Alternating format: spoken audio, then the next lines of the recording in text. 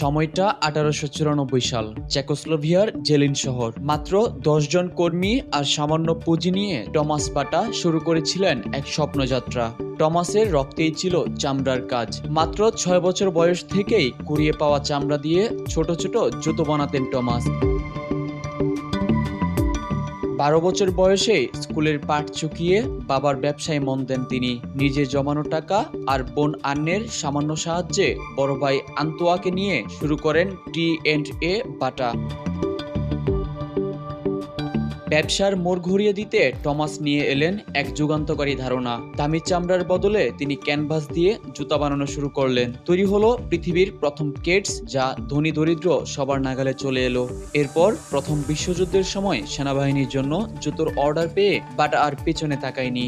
Europe ছাড়িয়ে butter সাম্রাজ্য ছড়িয়ে পড়ল আমেরিকা ও এশিয়ায়।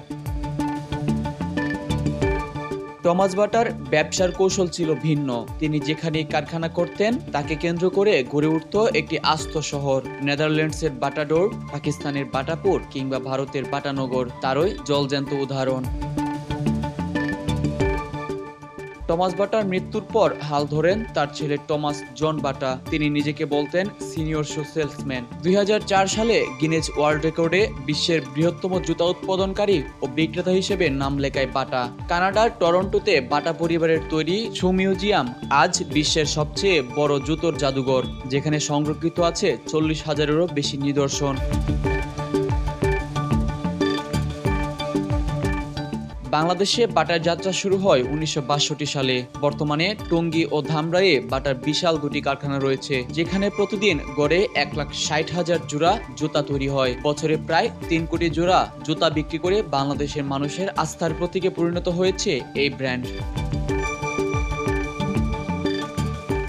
বর্তমানে 70টিরও বেশি দেশে 5,300টিরও বেশি দোকানের মাধ্যমে বছরে 6 কোটিরও বেশি মানুষের পায়ের জুতার যোগান দিচ্ছেন বাটা। 14টি ভাষায় অনুদিত হয়েছে এই ব্র্যান্ডের নাম। এক সাধারণ মুচি পরিবারের হাত ধরে শুরু হওয়া এই বিপ্লব আজ বিশ্ব বাণিজ্যের এক জীবন্ত কিংবদন্তি।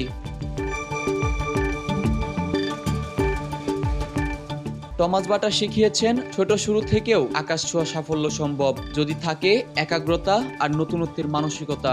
বাটার এই জয়যাত্রা টিকে থাকুক আরও শতাব্দী ধরে। মোফাজ্জল হোসাইন, অর্থ বাণিজ্য সংবাদ।